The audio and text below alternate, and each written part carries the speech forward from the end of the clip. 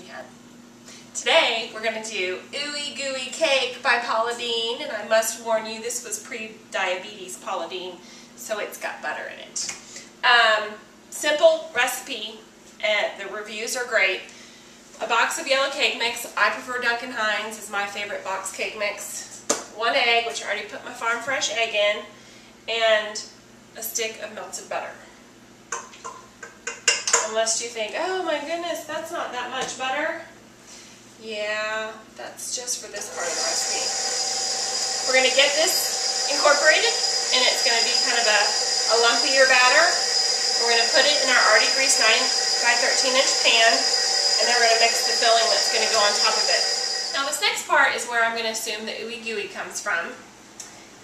This is a package of cream cheese, softened, and I went ahead and beat it up until it was smooth. And then you're going to dump in 2 eggs, which this looks like 3, but it's really 2. My yolk split. A teaspoon of vanilla. Yes, teaspoon. Teaspoon of vanilla. Dump in your 16 ounces of confectioner sugar. This is not something we're going to be eating at our house on a regular basis because, wowzers, it is fattening. Hence the comment, this was Paula Dean pre-diabetic. Or she may have been diabetic, this is just before she knew it or announced it. So we're going to get this going and mixing, and I'll come back before we... Okay, we've got this going. We turned it down to the low speed. We're going to add in another stick of melted butter.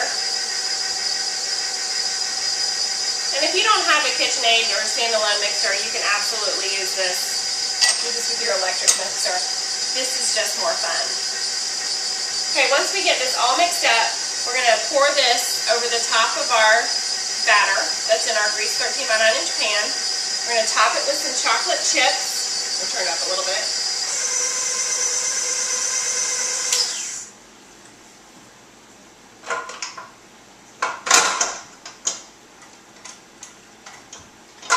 We're going to bake it for 40 to 50 minutes, but the person who posted this recipe, who is, my first word was chocolate.blogspot, which is hilarious. She said, you know your oven, so you want to make sure that you don't overdo it, because you don't want to lose the gooey part of the Ooey Gooey cake. Spread this out.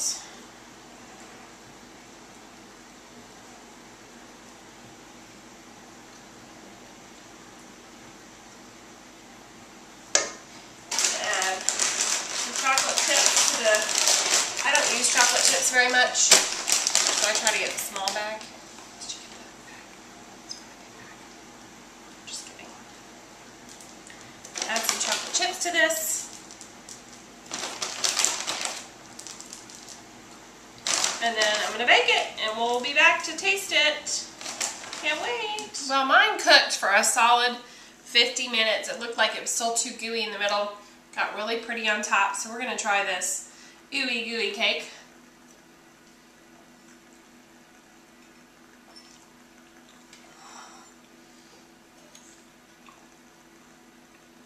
It's very good. It's got a chewy texture on the bottom where your cake batter was, where you're with the cake mix and the butter and the egg, and then it's real moist and gooey on top.